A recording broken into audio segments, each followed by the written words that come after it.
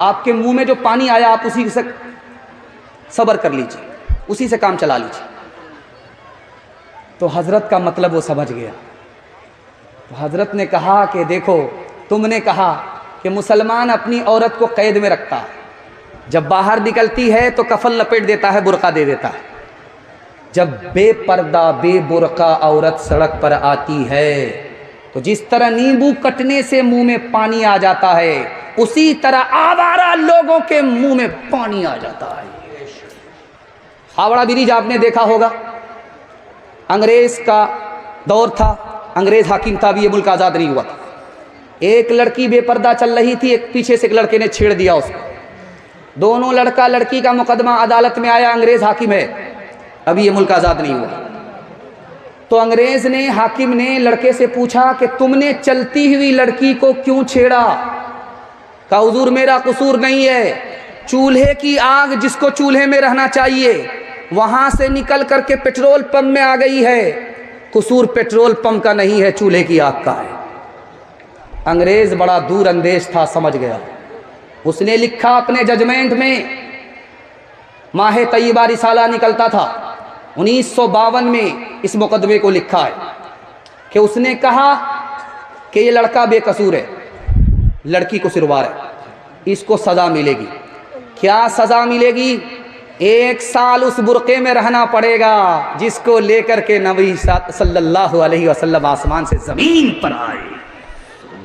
औरंगज़ेब बादशाह का दौर है, एक औरत के खिलाफ मुकदमा हो रहा है। उस लड़की का केस क्या था कि उसने औरत होकर के 4 मर्दों से निकाह कर लिया था एक साथ। तो बादशाह ने कहा कि ओ नादान लड़की, जवाब दो, तुमने औरत होकर के 4 मर्दों से निकाह कैसे कर लिया? कहा क्या गलत किया? जलसे में गई थी, मसला सुना था, अमल किया। तो बादशाह सर पकड़ करके बैठ गए, चोरी भी है सीना जोरी भी है। तो बादशाह ने कहा कि क्या मसला सुना था? कहा मसला ये सुना था कि लोग जिना क्यों करते हैं जबकि 4 शादी की इजाज़त है। कहा ये मर्दों के लिए कहा था कि औरत के लिए कहा? कहा मैं इतना ही सुना था, उसके बाद तो होटल चली गई थी हलवा पूरी खाने के लिए। जिस्म पर लिबास की कमी अजीब लगती है, मुझे अमीर बाप की बेटी गरीब लगती है। जिससे आंचल भी नहीं सर का संभाला जाता, उससे क्या खाक तेरे घर की हिफाजत होगी।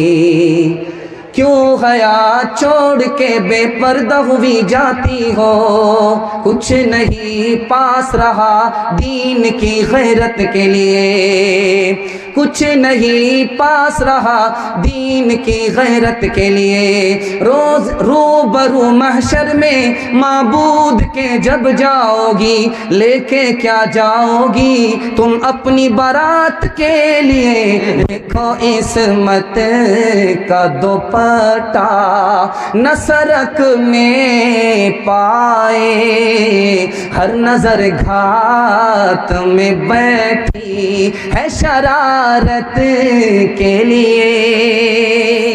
आखिरी पैगाम औरतों के हवाले से इजाजत है, 3 मिनट के लिए सुना रहा हूं, हाथ उठा दीजिए इंशाअल्लाह।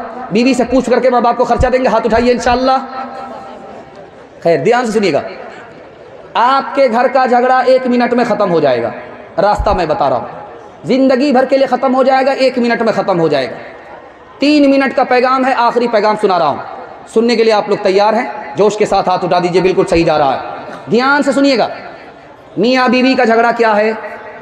शौहर चाहता है जैसा मैं हूं वैसी बन जाए, ये कभी नहीं होगा। आप उसको अपनी हालत पर छोड़ दीजिए और मुआहदा कीजिए कि तुम मेरे माँ बाप की खिदमत करो, मैं तुम्हारे माँ बाप की खिदमत करूंगा। 40 साल का झगड़ा एक ही दिन में खत्म हो जाए। सास अपनी बहू को बहू ना समझे, बेटी समझ ले। बहू अपनी सास को माँ समझ ले। माँ बेटी का इतना मुकद्दस रिश्ता होता है कि झगड़ा होता ही नहीं है। ननद अपनी भाभी को बड़ी बहन समझ ले, भाभी अपनी ननद को छोटी बहन समझ ले। बहन का इतना मुकद्दस रिश्ता होता है कि झगड़ा ही खत्म हो जाता है। एक औरत आई झाड़ फूक करने वाले के पास, और तनवीर ज़की यहाँ बैठा हुआ ये उल्टा चरखा भी घुमाता है। ध्यान से सुनिएगा, झाड़ फूक करने वाले के पास औरत आई, कहा मेरा शौहर बात बात पर मुझको मारता है, कुछ तरकीब कर दीजिए। तो कहा एक काम करो, मैं पानी पर दम करता हूँ, जब भी झगड़ा शुरू हो 2-4 घूंट मुंह में लेकर के बैठ जाना, कुछ नहीं बोलना, झगड़ा तुम्हारा ख़त्म हो जाएगा। क्योंकि औरत की ज़बान चलती है, मर्द का हाथ चलता है। अगर औरत ज़बान को काबू में कर ले, मर्द हाथ को काबू में कर ले, टूटा फूटा घर जन्नत बन जाता है। जब ससुराल में आदमी को मज़े का खाना खाना होता, अपने घर में अच्छा खाना नहीं होता, तो सीधे ससुराल भागता।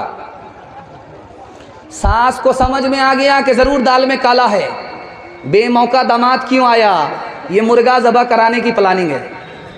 तो सास ने सोचा कि अगर एक दिन खिला देंगे बढ़िया खाना, रोज़ आएगा खाने के लिए, आज ही सबक सिखा देते, कभी नहीं आए। तो सास ने खिचड़ी बना करके दामाद को दे दिया। अब खिचड़ी देख करके दामाद का गुस्सा अर्श पर चला गया। अम्मा ये जेल खाना है, मैं कैदी हूँ कि खिचड़ी खाऊंगा। कहा बेटा खिचड़ी को बुरा भला मत कहो, इतनी अच्छी ग़िज़ा है, अमीर भी खा लेते हैं, गरीब भी खा लेते हैं, किसी का पेट खराब नहीं होता। समझ में आ गया कि बुढ़िया नहीं है, अजूबा है, मुर्गा बचाने की प्लानिंग है।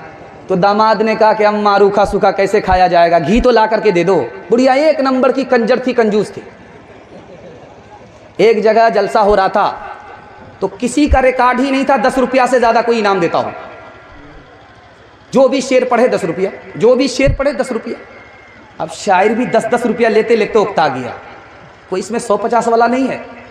एक हाजी साहब खड़े हुए, 100 रुपया दिया, इन्होंने तारीफ़ किया, वाह हाजी साहब मुबारक हो, वाह हाजी साहब मुबारक हो, आपने क्या मेरा दिल जीत लिया। उसके बाद फिर शेर शुरू कर दिया, तो देखा हाजी साहब खड़े, कहा हाजी साहब आप तो बैठ जाओ। कहा नहीं, वो 90 रुपया हमारा वापस कीजिए, इसलिए 100 रुपये। तो ऐसे ऐसे कंजर होते, ऐसे ऐसे बकील होते। तो बुढ़िया एक नंबर की बकील थी, कंजर थी, उसने छुपा करके घी को रखा था कोठी में। जब दामाद ने बोला कि घी दे दीजिए, तो लाज लिहाज में लेकर के आ गई। ढक्कन जो खोला तो जल्दी में हाथ में हरकत थी, घी ज़्यादा गिर गया। अब बुढ़िया को लालच हो गया, सारा घी तो दामाद ही खा लेगा। मंतिक से कहा बेटा अकेले खाओगे बरकत नहीं होगी, साथ में शामिल कर लो, बरकत ही बरकत होगी। अब दामाद को समझ में आ गया कि ये बड़ी खटासी है, ये अकेला मुझको खाने नहीं देगी। तो लाज लिहाज में दामाद कहता आप तो मेरी माँ की तरह हो, साथ में खा लो, क्या दिक्कत है। अब बुढ़िया ने प्लेट को देखा तो घी दामाद की तरफ ज़्यादा गिरा हुआ था।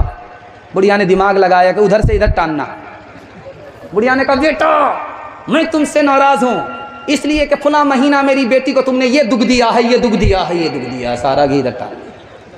तो दामाद कहता है कि अम्मा कौवे से ज़्यादा कौवे का बच्चा चालाक होता है, अगर मैंने वो दुख दिया है तो ये सुख भी दिया है, ये सुख भी दिया है, ये सुख भी दिया। दुख सुख को मिलाना पड़ता तब जिंदगी कटती है। जो न देखा न सुना है वो हुआ करता है, अब तो बेपर का परिंदा भी उड़ा करता है, अब तो बेपर का परिंदा भी उड़ा करता है। गालियाँ कोई दुआ कोई दिया करता है, अपना हर शख्स का किरदार हुआ करता है। अपने घर में भी सुकून से नहीं रह पाता मैं, अपने घर में भी सुकून से नहीं रह पाता मैं। रोज घर में मेरे तूफान उठा करता है, रोज घर में मेरे तूफान उठा करता है। बस 3 वादा आपसे लूँगा, अल्लाह की इबादत करेंगे, जलसा ज़िंदगी भर के लिए कामयाब हो जाएगा। हाथ उठाइए इंशाअल्लाह। रसूलुल्लाह की इताअत करेंगे इंशाअल्लाह, मखलूक की खिदमत करेंगे इंशाअल्लाह। 3 काम छोड़ दीजिए, आपके घर में कभी आफत नहीं आएगी। तजर्बा करके देख लीजिए, गिरबान पकड़ सकते हैं। गुनाह नहीं करेंगे इंशाअल्लाह, गलत नहीं कमाएंगे इंशाअल्लाह, गलत माहौल में नहीं जाएंगे, बेटा की शादी फ्री में नहीं करेंगे। हाथ उठाइए इंशाअल्लाह।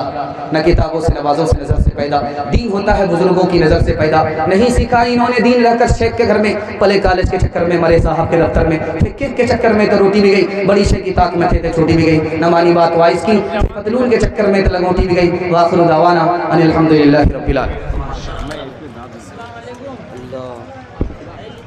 अल्लाहु अकबर। चलिए आप उधर ही रह जाए। क्या कहने, वाह। आप लोग थोड़ी खामोशी के साथ बैठे, इसलिए कि एक अजीब व गरीब खतीब हजरत मौलाना